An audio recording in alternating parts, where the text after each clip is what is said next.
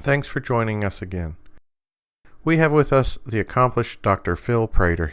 This is part 2 of our discussion with Dr. Prater in our mini-series of Vet Talk Perspectives of Veterinary Medicine. Last time we talked about his career, creativity of veterinarians and vet medicine, issues with student loans, and bull penises. Today we talk about some changes in veterinary medicine that Dr. P has seen over his career and work-life balance. So without further delay, back to the discussion with Dr. P. How have you seen the profession change over the years? Because you've been in multiple spots: academia, private practice, academia again, and now you've taken on a position with the Board of Veterinary Examiners. So you're kind of all over, for better or worse. What has changed? Yeah, I think it's both. I would go back to one of the things I'm disappointed with, a couple of things I'm disappointed with in veterinary medicine is this loss of creativity. Yeah. This kind of the gosh, and I'm kind of hesitant to say this because I don't think this is always bad. Everybody Mhm. really gives a bad impression of corporate veterinary medicine. I think there's probably some really good things about that, but Yeah. certainly there is for veterinarians. They're probably making more and they're getting some benefits and they're getting some the work-life balance thing is better because I never even heard that term, you know, till recently. Yeah. When It's I balance. graduated from school, Where's there balance? was nobody talking about work-life balance. It was you're a veterinarian for life, dude. Yeah. You go out there and so our mentors worked 80 hours a week, so we're expected to work at least 70. and and I mean, honestly, it's the way it was. We Yeah. just didn't think any differently. Yeah. Copeland worked like this, I got to work like this. Dr. Holbrook worked like this, I got to work like. I mean, Yeah. they just didn't quit. They just went on. Yeah. So the fact that veterinary medicine, I think, has kind of now recognized that maybe there is, maybe it is mentally. Well, I don't know. I mean, we say we're in this work life balance and it's better. It's certainly better than it was when I started, Yeah. but still we have all this mental stuff, and I may talk about that a little bit. I have some thoughts, but Yeah. anyway, I think people are trying to have a little more, you It's know, it's I always, wish I wish I had had, more time with my sons in yeah. their very early ages. But now, by the time I started at Morehead State, and I started out just on a 9-month contract, so I actually had summers off, Oh, and so I that's spent different. a Yeah. lot of time with the boys on the farm Yeah. during the time where they were really growing. They were young Yeah. kids, and we had a blast. Yeah. So that was a wonderful experience of coming to MSU. But I think work life balance is probably better. Obviously, the medicine is incredible. Yeah. I mean, it's just the Amazing what we can technology do. is just. I mean, I'll tell you, I would fight somebody over our digital radiology system That is, after having, grown up with working Dr. Copeland's practice. We had dip tanks. I mean, we had dip tanks. yeah. Our X-ray machine was a wonderful unit. It did a great job, but it was a portable X-ray machine that was dropped. It was an Army unit. Oh They yeah. dropped these things out of airplanes into MASH units Oh in gosh. the Korean War, and he got one, and it did a wonderful job. But it Probably just, wouldn't break either. you take 30 minutes to take a few X-rays, and then you go, well, this one didn't look quite as, Another, yeah. now you got to do it. So the technological advances are incredible. Yeah.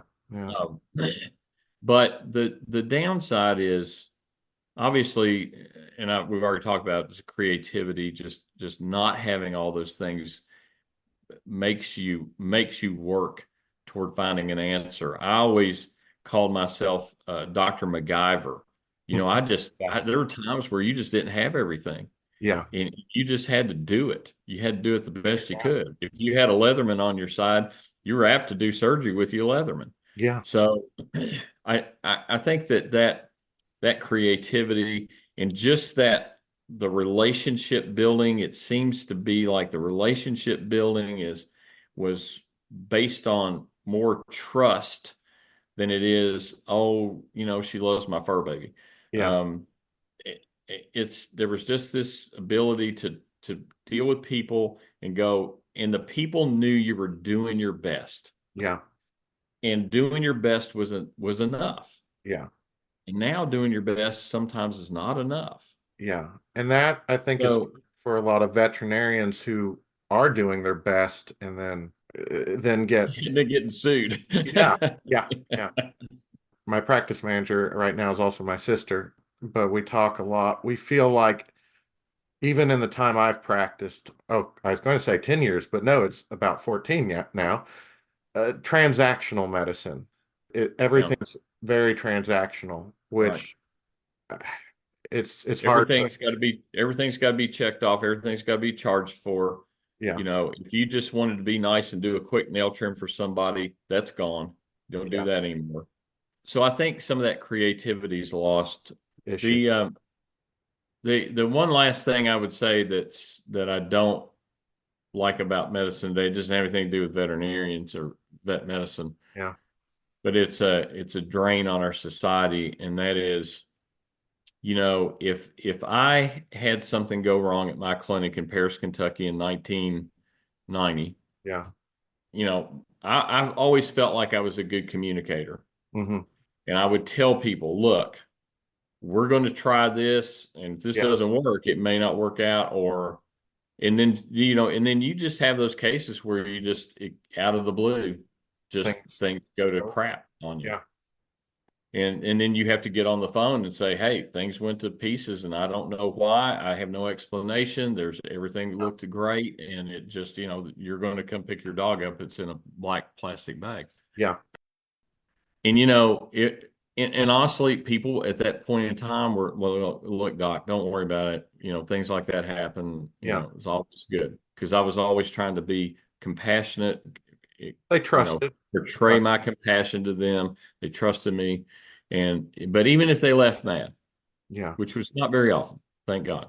But if they did, left upset, they might go down to McDonald's the next morning and have coffee with 4 or 5 friends and go, well, that stupid so and so, yeah, Dr. Prater, greedy OSO, whatever. Or he killed my dog. And, those 5 people would know that and then they all go home. yeah, Well, now if you do that, your closest 5,000 friends know from not county to China yeah. that you're the worst veterinarian in the world. I I think bet. social media, I will tell you, there's a part of me that would never not want to say, if somebody says, well, would you do it again? I would hope that the majority of my heart and everything would go, oh yeah, this is a great profession. I would do this again. But I'm gonna tell you the one thing that gnaws at me that might make me go, I don't know, is social media. Yeah, Uh, I think it is a detriment, and I'm sure there's the flip side of the coin is it's a positive thing because you can get your message out there and yeah, you can have your website and everybody it's convenient and all these wonderful things that it can do. But boy, I'm telling you, sometimes the negative stuff is just incredibly hurtful and yes. it's incredibly false. And, and It doesn't. one-sided, one-sided. It's all one sided. Yeah. So nobody gets your side, you Yeah, know? And we fought this, actually, we fought this a bit in in school, in veterinary, vet tech, in our vet tech program. We had some students who would get online and oh, say some terrible things about professors, or they'd say terrible things about like the shelters that would bring us animals. And we'd get on there, all the other faculty were really good at lurking around on the internet, lurking on Facebook and finding stuff. Like the kids thought, I mean, I don't know what they were thinking, but they would put the most horrendous things on there, yeah. just cursing and nastiness and stuff about their professors or the shelters, or I mean, just Hmm. awful stuff. And we're going, dude, did you not think we wouldn't see that? Yeah. Did you not think we would not see that? Yeah. So, somebody'd catch it. Usually Dr. Staten would, would catch it and bring it to me, and I just wanted to strangle him. Yeah. What do you think? Why would And so we actually started, I'm sure it wasn't the case when you were there, but remember? at some point in time, probably, 8 or 9 years ago, we started putting in our syllabus a confidentiality statement that said, Yeah. if it's a dog in this clinic, You can't. you can't, it's not going on the internet. You're not taking pictures. You can't talk about it. These are private animals. The shelters own them. They're private animals. They are our clients. Yeah. You have And to treat them with that if we respect. see anything on social media, you're out of the program. Now Yeah. you won't be kicked out of the university, but you're kicked out of veterinary technology. Yeah. So your dream is toast. Yeah. And we had to get that mean about it. We had to. It was awful. Yeah. So we had and we had professors. We had some. Sometimes new faculty would come in, and it takes new faculty a little time to get started up. It takes them a little. Yeah. They're not perfect day one, and yet they would, students would get on there. And of course, students would be mad because the student wasn't doing well because the student It's wasn't studying, the student wasn't one-sided. doing the job. Yeah. But it was all, it's always professor's fault. So it's just incredibly foul stuff. Yeah. And the problem with the university is they're like, well, is it, they threaten anybody, and I'm going, threaten anybody? They just called the drop 14 F bombs on the the new pharmacology teacher. Yeah. What do you want? What does it Yeah. have to? What's the line? Well, they didn't really physically threaten them. So, oh my gosh. Yeah. So That, we didn't get, we got some backing but we did, we never wound up, I don't think, kicking anybody out of the program, but they hopefully, understood that their career was hanging on a thread. hopefully they knew it was serious. Yeah. And And, I told them, I said, look, if you can't do that in the practice you're going to. yeah. If some animal comes in, you don't think the owner's treated the animal properly, and you get on social media and Oh God. rip them out, you're fired. Yeah. Like, there's not even going to be a discussion. There's not No. even going to be, well, don't do it again. Wah, wah, wah. You're gone, dude. Yeah. It. So the social media thing, it really sometimes is enough for me to wonder if I really wanted to go back into private practice or not. Wow. Just, I mean, I cannot imagine the pressures that private practitioners are now under Yeah. just merely from social media. And I Uh, haven't really practiced in a time when it wasn't there. So it's kind of, I've right, been thinking while you've been talking, what's it like without it? Eh, right. it's very, And uh, maybe there's some positive. I'm sure there are many positive things, and I have seen pot. hopefully you have somebody on there going, "Hey, Dr. Glazer, man, that dude's a rock star. We love him, and Yeah. he It, saved our animals." And it's some people have wrote some very nice things too. And I do like getting my message out. Well, this podcast is part of it. To me, I am able to give people a bigger perspective or something they may not have thought about before. So there's definitely upsides that I've enjoyed. yeah, I can see where it's changed things. it Um, really has. Yeah, yeah. Kind of along those lines, I always enjoy kind of these next two questions I have because you've talked about some of the changes in kind of the social stuff, but have over your career, have you seen new diseases pop up, or are there other diseases that have just disappeared and like I wouldn't even know about because it was gone, you know? well, I'll probably throw out some more of the large animal stuff, but one of the things that has pretty well gone, except for some extremely isolated incidents, but was pretty rampant when I got out of school, was brucellosis. Oh, So there's still a lot of brucella in yeah, the country, that's especially in Kentucky, because it's just harder to find the animals. I mean, yeah, they're all up on the hillside hills and and in the hollers, and so places around us like Ohio and Indiana, they've been brucellosis free long before Kentucky was because they knew where all their animals were. They Yeah. weren't out in the holler, their dairy cows and their beef cattle were, fenced in. And so it wasn't the Wild West, so to speak. Yeah. So we did when my first job at one of my first jobs when I got out of school, I worked at the stockyards. Yeah. We bled. Oh my gosh, we were bleeding cows, I mean, lots of cows in the morning. I got so good at tail bleeding cows. I think I could still 40 years later do it blindfolded.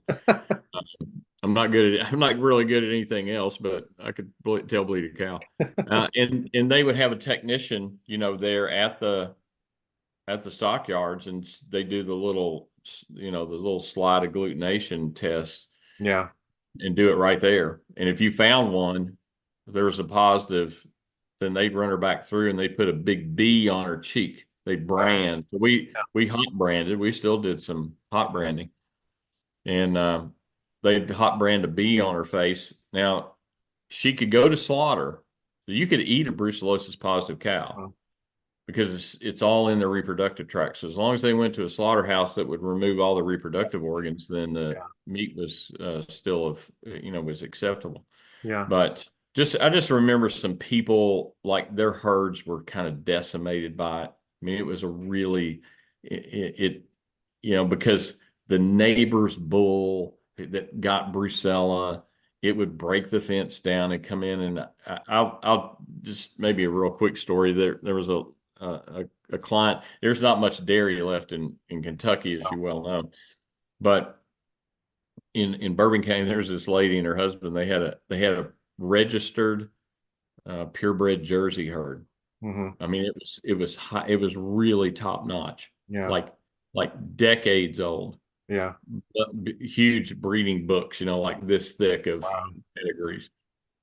And their neighbor, and they were older. They didn't do any AI or anything. They had their own bulls, and but their neighbor had just beef cows, and one day tore a fence down and got to her Jersey cows and infected them with brucellosis. Well, they Uh, were too valuable. You couldn't just, it wasn't just an old beef cow that you could take to the yeah. stockyards and you'd get a, pound price and a little indemnity on top of Yeah. that. These animals 40 years ago were worth, $5,000 to $6,000. Gosh. So it wasn't just, well, let's just go take her to stockyards and eat her. Yeah. So they did adulthood vaccination. You've heard of calfhood vaccination. Well, they Yeah. were one of the only herds in the state that were maintained on adulthood vaccination, Wow. and That's they a, had to be tested every year. We had to go out and test them all every year. huh. Yeah. So it was really quite devastating. And I don't think it was until 1999. Hmm. So I was testing them in '84 when I graduated. Hmm. And then it was 15 years later before Kentucky became a brucellosis free state. But I didn't know veterinarians. I knew veterinarians that had contracted B. abortus Oh gosh. Yeah. and had undulant fever, Hmm. and they would most of the time they were great. I think they were probably on tetracyclines and things like that. We didn't have doxycycline yet. We didn't have that high generation, so they were probably just taking Oxytet or something, Huh. Flortet, and but there would be days where they'd run a fever, their joints would ache, and they just have to go to bed. Yeah. And they might be out for 2 or 3 days. And Yeah. then and then it would kind of wane and they'd get back up and go at it. So I think brucella is the big one. Of course, it's Yeah. still out in Yellowstone Yeah. with the bison and elk. And I don't know what you do about that. I mean, if I was a cattle rancher in Montana, you'd hope they build a fence around Yellowstone, but they don't. And but I think the zoonotic potential of that Yeah. was such a concern, Yeah. and rightly so. Yeah. So so we've been a free state since 1999, Yeah. and as most of the country has. There's probably very few. I know the Yellowstone bison cattle out there may still have a little issue. Yeah. I don't know about like down on the Rio Grande. I don't know if there's brucella swimming across the river or not, but possibly maybe a little bit down there. But I don't really know of any other spot. For the most part, we're free of that. New things that have kind of blown up and obviously bovine viral diarrhea has been around for a long time. But I don't know that it was always just thought to be this, like the mucosal disease thing. And I had a herd, actually had a herd in Bourbon County. This guy had like 100 heifers, really nice. It was back when Scimitals were kind of big. And so these are Scimital cross heifers. He had the, cytopathic strain go through them and just like wiped out half of them. Yeah. Bloody diarrhea, the true mucosal disease aspect. But the thing that I think's kind of been the new thing for me and studying it and watching it a lot more closely is the persistently infected BVD, Yeah. where you do the ear notching and check with that. So I've kind of studied that. We actually did a research project. I did a research project with a technician student a number of years ago. A vet down in Eastern Kentucky had a calf, a fading calf syndrome. Calf gets up and nurse is okay, and 40 hours later, it just starts Went down. spiraling and down and dies. And they send us to the diagnostic lab, and it's positive for BVD.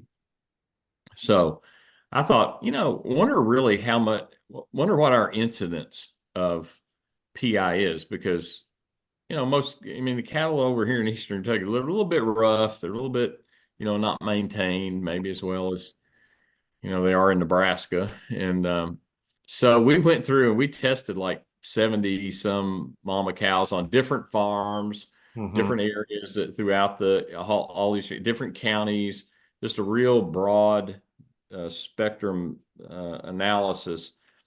And what we found was really interesting. I've thought for sure we'd have some positive cows, just knew it.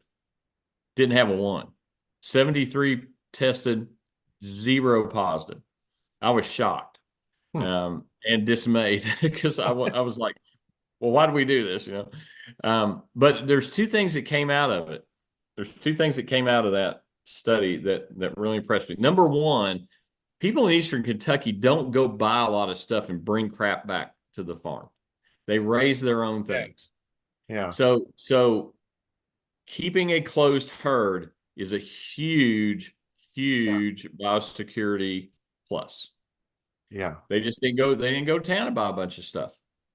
If they had a heifer and she was nice, they kept it. Yeah. Got rid of the cow. So closed herds were really common. And the second thing was, surprisingly, even though they're all up in the hills and running around all over the place, and the kudzu and the copperheads, Yeah. most of these people would one time a year drag them, corral them, four-wheeler, horse, whatever, and get them in the barn and vaccinate them. Huh. Yeah. They got it killed, modified live, whatever. They would vaccinate them. That's So I was really impressed by that.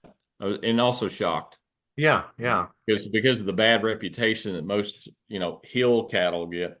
Yeah. So they were doing a good job. They were vaccinating and they were keeping a closed herd, and I think that's why we didn't really That's see interesting. that much. Yeah. So those are kind of two that jump in my head. I can't think of any others. It's not so much maybe new diseases, but certainly there's different ways we've begun to look at things. Mm-hmm. Of course, Yonis has been around for a long, long time, but I don't think it wasn't that common in Kentucky. Mm-hmm. It was, if you lived in Wisconsin and Pennsylvania and places, you probably saw it all the time. But I think that's been kind of it's kind of emerged here in our state because of the travel. Right. It didn't start here. It started in someplace else, and somebody bought cows and brought them down here. And We're so connected. I mean, West yeah, Nile right. versus, Yeah, a mosquito flies over the world. right, Um, right, it's right, it's a right. downside of some of that technology that we're getting to Yeah, play with. It means we have technology yeah, other ways and yeah. different. There's probably one of the big things that people that are interested in livestock are going to be faced with, and it's already been tried once and it kind of failed. It's governmentally it failed, but there's always this push about traceability. Yeah. And do we need an electronic ID Mm-hmm. electronic ID network. Canada has one. Most of the European countries have them. I don't think we need to do everything like Europe, but And maybe very little like they do. But one of the nice things working with the cattle producers around here, I came out with new ideas. I liked taking their good ideas and saying, use this with my stuff. And I learned a lot from the cattle producers. sure, The problem I see is when they didn't work, not just with me, but with vets, and it's like, let's take the good things from both of our ideas. Same with, things from Europe or wherever yeah. you might be getting something. I feel like sometimes Well, we get too pigeonholed. yeah, I think that this traceability, of course, here, farmers, beef cow producers particularly, are extremely independent. They Yeah, don't want the government in their business. Well, yeah, you know what? I live back up in a holler too. I got two cases of guns. I don't want the government in my, I don't want them in my business either. But I think there's this false yeah, misconception about electronic ID, which yeah, says, well, if you got my cow's numbers on electronic ID, they can trace me down and government will yeah, show up at my farm. yeah, Well, no, they're not going to do that. They don't have time to do it. They don't have enough people to do it. But in whatever the year was, now I'm doing a President Biden thing. I'm blanking. 2013 maybe, the first case of but mad cow bad disease. cat. Yeah, So here's the thing: in when they found that cow, that positive cow, all she had was a metal tag in her ear. yeah, Fortunately, it was a dairy cow, so at least she had a metal tag in her ear. yeah. And they traced her back to actually, she came from Canada. They Hmm. bought the cow from Canada. So she got BSE Yeah, in Canada, but it's such a slow, insidious disease. They didn't recognize it. Nobody yeah. saw it in her Took time. until she got down to Washington State and then started having these neurologic signs. Yeah, Well, it took them about 3 days or so, which I think is still amazing that they were traced her back in 3 days. yeah. But EID will have it traced back in about 3 minutes. And we, And if BSE is bad enough, but you tell you what, you get foot and mouth disease up here and everything's shut down and the roads are shut down and the trailers can't move. You talk about economic devastation. I, It's going to be bad. That you need to trace those things back as quickly as possible. And that's such a positive thing for electronic ID. So I really, really kind of hope that maybe old guys like me, they're going to gripe and complain about it. But I'm hoping that younger producers will see a positive advantage to it. Plus, hey, you wave the wand and now you got this 15-digit code on this cow and you have everything. You know when she was vaccinated, you know when yeah, she calved, what she weighed, what her mommy was or daddy was, and when her first calf was. I mean, you got an Excel spreadsheet full of data on her yeah. with the swipe of a wand. Yeah, if you can Um, make things easier, it's just sometimes, a lot of, I've noticed with my few remaining cattle clients, because I'll talk about Excel spreadsheets. Well, so do you have a spreadsheet to know what you've done to your cow? And they're like, oh, I don't have a computer. no, no, Oh, okay. And I'm not judging them, but it's hard for someone of my generation to then, no, how do I help you get better right, at management, yeah.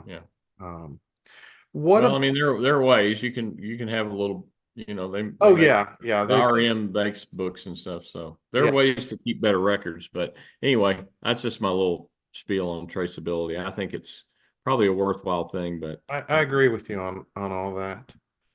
What about drugs? Are there any drugs that you used to use which you miss? Or is there a new drug that you're like, this is just the best thing since creation of, medicine? well, there aren't too many that have been taken away from me that I miss, with the exception of I thought it was one of the best antibiotics that we ever had. It was almost I called it a jaws of life, like pull them from the wreckage kind of antibiotic, and that was chloramphenicol. So Oh, when I very first got out, chloramphenicol was commonly used in dairy cattle for mastitis Hmm. and in beef cattle for shipping fever. And I'm telling you, I went out to farms and calf was laying there, third to last breath, just snot pouring out its nose and 108 fever, and I give him an IV injection of chloramphenicol, leave a couple of injections with the owner, and give it. We didn't have Banamine, Yeah. and we Oh, didn't have any really. We didn't love really that. have non-steroidals. Yeah. So with that and shot of steroids, Yeah. and I'm telling you, you know, that afternoon they were standing, Oh getting gosh. something to eat, and 3 days later they were great. Yeah. So, of course, there was, the issues got to be with some antibiotic resistance Yeah. from improper use. Yeah. It wasn't from proper use. There was some improperly used chloramphenicol. Yeah. People were putting it in the udders of dairy cows to try Oh, to combat some chronic mastitis. So they were infusing it into the teat, yeah. which was not right. Yeah. And then there was I think some accidental exposure and there was some aplastic anemia Yeah. in humans. So it was gone. Yeah. And that was a wonderful drug, and I really wish we still had it. But anyway, but the drugs have gotten way better. Hmm. And the big way they've gotten way better is in how client convenient they are. Yes. So, you have now a cephalosporin Hmm. called Exceed Yeah. that you can put in a horse and not have to give it another shot for 4 days, or you can put it in a cow and not have to give her another shot for a week. Yeah. That's Yeah. a huge thing. That's a huge thing for a client. 40 years ago, I'd give them a bolus of sulfa drugs Hmm. orally, which is a pain in the butt, Yeah. grab a cow's head, slobber, snot, bellering, Knock you around. and a shot of LA 300, and 2 days later, you're having to give her another shot of that. Yeah. So, or if you used penicillin gentamicin, which is not, Genesin's kind of gone. Yeah. Um, I mean, who wants to get a 600-pound steer up and give it a shot every 3 times a day? Who wants to do that? Nobody. Yeah. So, so not only I think have the drugs gotten better, antibiotics in general gotten better, broader spectrum and safer and just all kinds of things, Yeah. but they're just really convenient. Yeah. They're just one shot of Draxin. Yeah. So I think that's really been a huge issue. Maybe not so much the drug, but the delivery method, the vehicles in the drug that make Oh, them last that long that's a huge advantage. yeah. I think the one that probably I didn't have when I started that I have now that I'm just thinking of the one, you go, well, what if you only had three drugs in your truck? I'd probably still want a broad spectrum antibiotic, Yeah. whatever that is. I'd want Banamine, Oh yes. I, yeah, and I want xylazine. yeah. I mean, I don't know how equine practitioners did anything without xylazine. That worries me with all the problems with Yeah, xylazine we're seeing. yeah, Yeah. yeah, yeah. What about equipment? You mentioned digital radiographs just career changing, but any other equipment that been invented that you really just were like, oh, Well, great.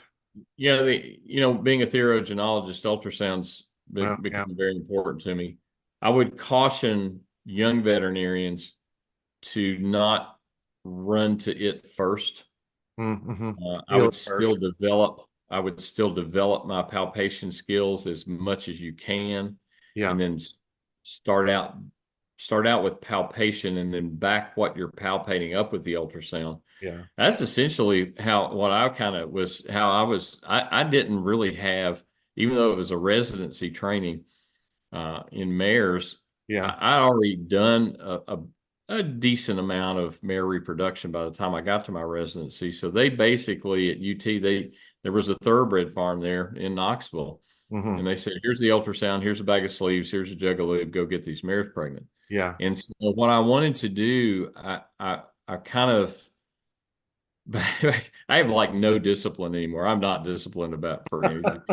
I used it all up, I guess. But I disciplined myself to to go in each mare and palpate and feel what I could feel Yeah. over ovarian, uterine, Yeah. cervix, relaxation, whatever, and then go in with the ultrasound and confirm or deny what I'd What you felt. Go back in and palpate them again. So it took me a while, but pretty Okay. soon I was going, oh, okay, yep, that is a 35 millimeter Yeah. follicle. Or yeah, and it was, I'd be off, you're a few millimeters off. I don't do your third step. I don't go back in, but I always clean out mares or whatever, and or cows, go in, feel, and be like, okay, I feel something. Then I put the ultrasound. Are they teaching students that, or are they saying just go straight for the ultrasound? Do you know? Well, I don't know fully what they do. I can't imagine the schools who really do a lot of large animal. I have to think that they still start out with the basics and Yeah. that you're going to palpate first. Yeah. Here's the thing. I mean, I don't think you're a very good ultrasonographer if you don't know where you're taking your ultrasound Mhm. probe. And the Yeah. only way you know that is to be a good palpator. Yeah. Feel it, and then So yeah, right. And you know as well as I do, uh, mares to a greater extent than cows, but really both. There are things you can feel that you can't see. hmm You Yeah. can't see tone. Yeah. You can't see softness of a follicle. Yeah. And You have I to don't feel those things. I don't think the ultrasound lines up. I've went in and felt, and I'm like, I think we're at this stage. And I'm not near as good as I should be, but I think we're at this stage. But the ultrasound doesn't show that much fluid in the uterus Right, or what have you. right, And right. so They're yeah, they're just they're just things that you can still feel that you can't see. yeah, And so, I'm not going to lie to you. I probably become too dependent hmm on ultrasound just because I really like it. I really love seeing it's things, and because I generally have somewhere between 5 and 25 students attached to me, they can see things. yeah, It's one thing for me to. I mean, I grew up with Dr. Zent going, oh, it feels like a 35 soft on the, leftover. And I'm going, oh, that's wonderful. yeah, I don't know if he's right or not. You can't see anything. I believe him just because he's got the reputation. But now, so at MSU now I put a big TV screen up above this cattle oh chute. yeah, So it attaches to the ultrasound machine. So when the students, or when I'm, preg checking cows and yeah. stuff, or sometimes my wonderful technician, I'll let her just take the probe in and look around, and that way I can pinpoint things to the students. So Be like here, let's it's a great instructional tool for sure. yeah, But yeah, definitely, yeah, I think ultrasound's probably my favorite piece of technology, yeah, and it's gotten way better and it's gotten way cheaper yes, because the first veterinarians I knew that had ultrasounds were equine practitioners, hmm and it was they were kind of okay. You could see a hmm few little things, but the resolution was not good. yeah, And my God, they were paying $25,000 to $30,000 for those ultrasound machines, yeah, and now you get fantastic machine for 10 grand yeah, yeah. It's big or changes. maybe less. So it's I always talk when students, high school students and stuff would come, we would put up little stations. I do an equine dentistry for them. I do an ultrasonography type thing for them. We do some laser surgery on tomatoes or something, and I'd say, this is the circle. Instead of the circle of life, it's the circle of technology.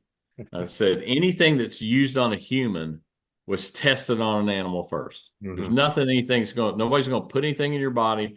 Nobody's going to use any device on you that wasn't tested on an animal first. Yeah, It's tested on the animal. It's efficacious and safe. Then human medicine has the money to, to perfect it, yeah. and then once it's perfected, hopefully they Back. start producing it mass enough that it trickles back down to veterinary, to animals where we can, afford an ultrasound machine. We've talked about it some off and on. I think there's various, like at various stages in your life, it changes. Work-life balance. Do you, what would you tell someone coming out how to maintain that? Because sometimes I think students might expect too much. And then sometimes I think the profession also doesn't hasn't balanced out either. Do you Sure. have any advice kind of to as they come out, what to expect as you go into practice? Well, obviously, it depends a lot on what kind of practice you go into. I think, it's one thing to maintain the work-life balance. You got to find it first, Yeah, and that may require. I mean, I'm going to be real honest with you. It took me 15 years to find it. yeah, So, I mean, I didn't have any real work-life balance the first 14 years, 15 years I was in practice because I was on call. I was dedicated. I was not going to let a client down. yeah, There were times where I would get out of town. I mean, I just leave. yeah, Like I come home, Mama had the bags packed, and we were leaving. yeah, And I just had to put the Lexington ER clinic on, on the phone. yeah, Um, so you have to find it first, and then once you find it, then just trying to maintain it. I think that life in general is a balance, mm-hmm, and you can't expect. I don't really want young people out working 8 hours a week, particular or what, 80 hours a week, yeah, particularly if they're got families. That's not good. I yeah, mean, it wasn't good for us. We struggled with that. yeah, So I don't think that kind of the old school mindset of just, you can't ever get away from it. That's probably not a healthy yeah, situation. But I think you can't swing the pendulum just completely to the other end and say, well, I want to work 4 10s and make 150,000. yeah. That's maybe you can. I I'm get hearing that part. this. Yeah, I'm hearing from students that they're getting offers where they're going to make 120,000 a year, work 4 10s, and they have a $30,000 sign-on bonus. I'm yeah. going, are you kidding me? Wow. Some of the students that go through and they tell me the jobs they get, I'm like, that's really good for you. And I'm like, what am I doing over here? Yeah.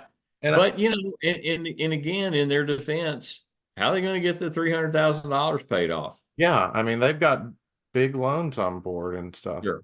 One of the reasons I like owning my practice, like I mentioned earlier, I could be upset. Well, I hope I would trust a vet that works for me that to be like, here's some whatever extra fluids or stuff. But as the owner, I'm like, I'm going to get them out the door with this regardless because it's on me and stuff. Right. Um, and I don't, So I think that's I would just be cautious. And I do tell this to some of the students that I mentor from this distributed model. I just, when they tell me about these big jobs, I I tell them I'm going to look, just really look into it. I think your first job, if you can get money and excellent mentorship, yes, go there. yeah, But if you can only get one or the other, get the mentorship first. hmm Get things straight in your mind on how you need to do things and how and learn the art of practice, yeah, not just the science of practice, but the art of practice. yeah, Learn that from an experienced practitioner, and then okay, go make, once you have that foundation in that, then go make your money. yeah, But it's very tempting. There's a lot of entities that are out there now of a corporate nature that are paying huge salaries and sign-on bonuses, and I'm just concerned about what's the student what's the veterinarian, what's the expectation hmm of that veterinarian going to be? What are they going to be asked to do yeah, yeah, that may be of questionable? Are they going to run up the bill? yeah, Is every animal going to have not only routine blood work but chest radiographs I yeah, mean, not just a wellness plan, but like above and beyond all that Yeah. stuff. Yeah. How much are you going to push this client to Is uh, is that the medicine you feel run like? up run up their credit card? Yeah, is Yeah. that the medicine that really needs to be done? Yeah. And so I don't know. I think I have told them that to be careful, to look at the mentorship first. If you Yeah. can get both, do it, man. Go Yeah. for it. Yeah. But if you can't, if you can only get one or the other, s- try to try to get your mentorship down first.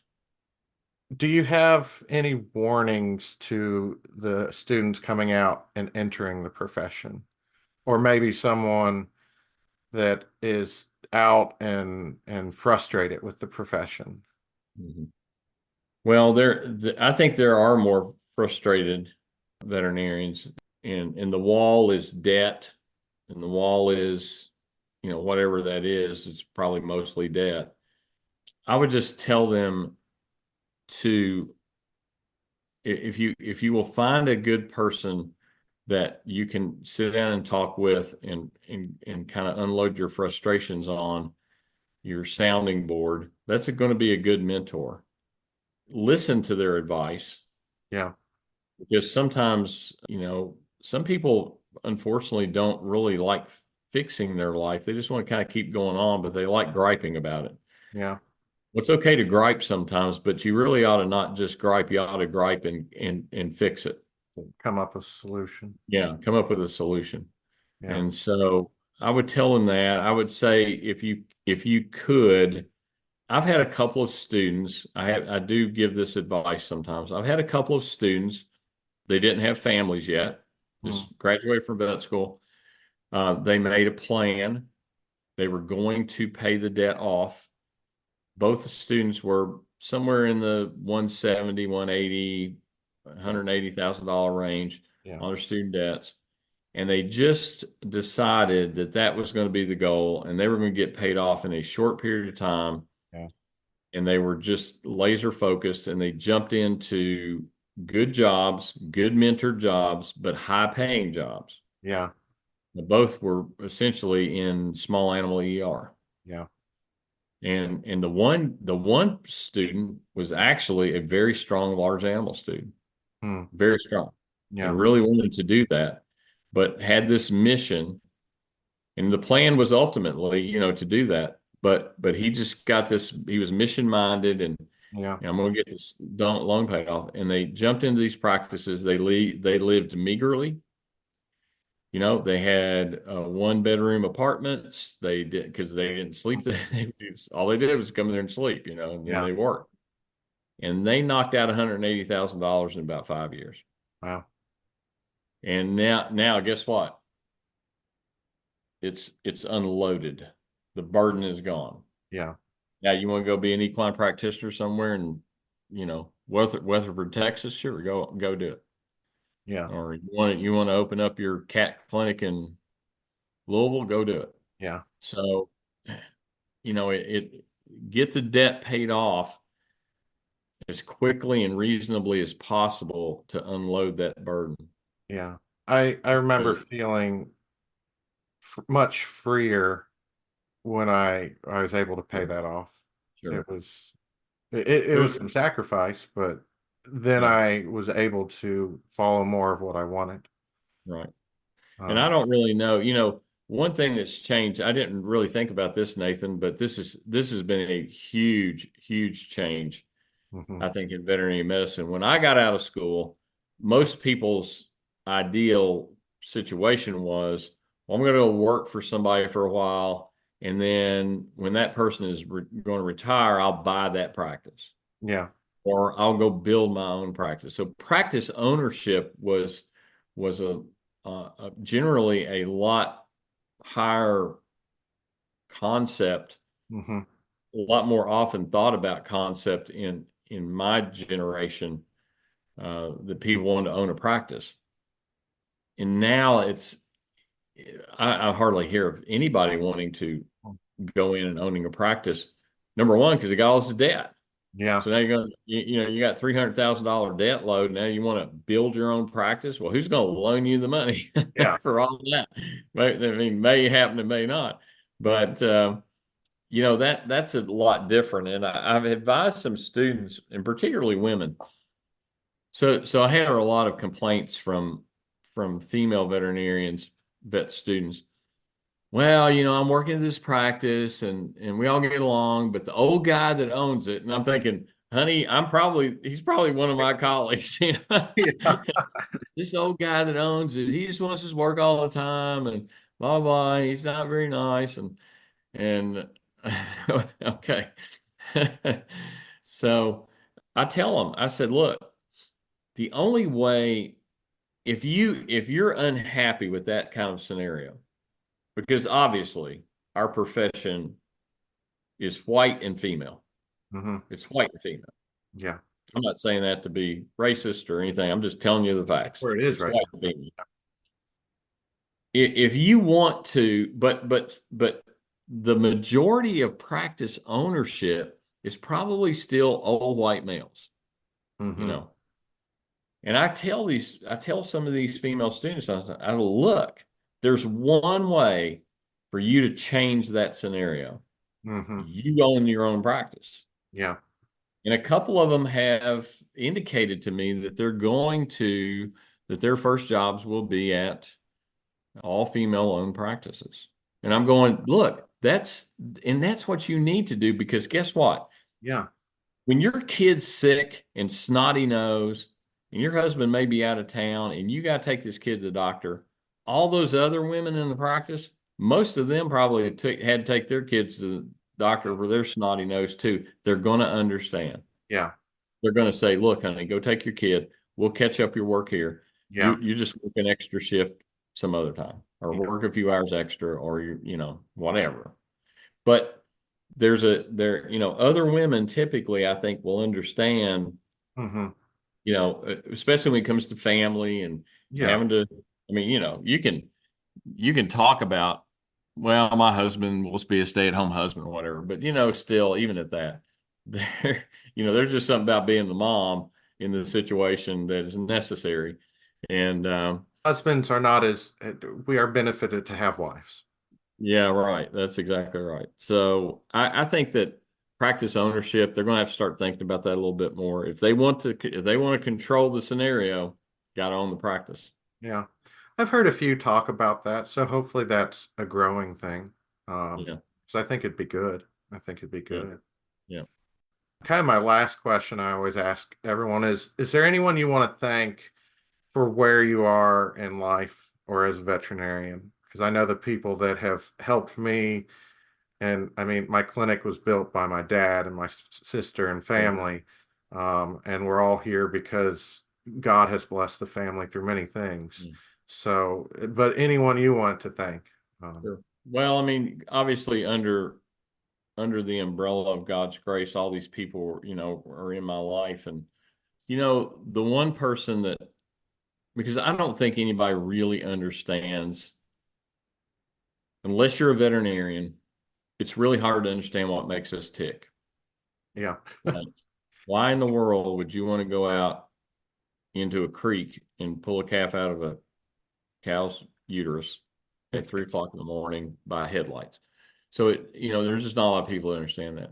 And my greatest blessing in life has been my wife hmm, because she grew up on a farm and her very early on her dad had cattle, but after he had some health issues and injuries and was had to kind of get away from that. And so I mean, she loves animals, but she yeah, not this, but she's like, where's the family time? Where's the kid time? Where's the, and she has really pushed me to that yeah, because I think it's really easy as a veterinarian to fall into the or routine of being a veterinarian. And let me tell you something, you know this as well as I do. It's our comfort zone. hmm, We like being veterinarians. We're comfortable there.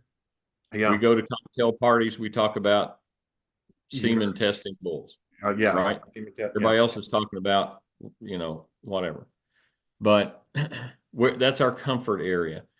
And she's really challenged me over the years and gotten me out of some of that to be a better dad, to be a better husband, and she just has not tolerated me not being fully a member of our family, Yeah. which I think that is one of the old school things that I'm kind of glad to see gone, because there just were veterinarians I knew of that I admired. I loved them. I think they were awesome people, but I mean, like, they didn't know their kids. They Yeah. didn't know their wife. They didn't know anybody outside of the the guy that was helping them drive the truck and Yeah. going on calls. Yeah. So I give her incredible thanks and credit for tolerating, and it's always, there's always churning. I'm always kind of churning inside to be better and Yeah. do things. And I'm done climbing this mountain. Here's the next mountain. Let's go do that. She's always been incredibly supportive, even if she wanted, even if she wanted to take a stick and beat me, she still was supportive. But my wife, Mary Alice, is my greatest blessing, Yeah. and she's been because I think she kept me focusing on the priorities and what was really important. And yeah, I realize that you got to take care of these clients, but we got to load up and go to Myrtle Beach with the kids. Yeah. You know, She or probably Gatlinburg. understands the balance better than we do. That we're She understood the balance, and she had a career. I mean, she's a physical therapist. Yeah. There's times, there early on, she made way more money than I did. So she wasn't just, but it was, 8 to 5, Yeah.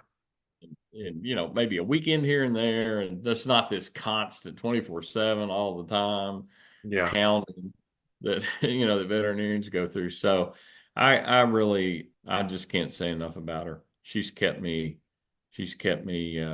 really, really well balanced, and really, she's the greatest blessing in my life. Yeah. I obviously love my dad and mom. They were so good to me. And then I had veterinary mentors that meant a lot to me too, that Yeah. really, they were just such good, professional, creative people. I was just blown away by them. Yeah. But I would want to thank my wife mostly.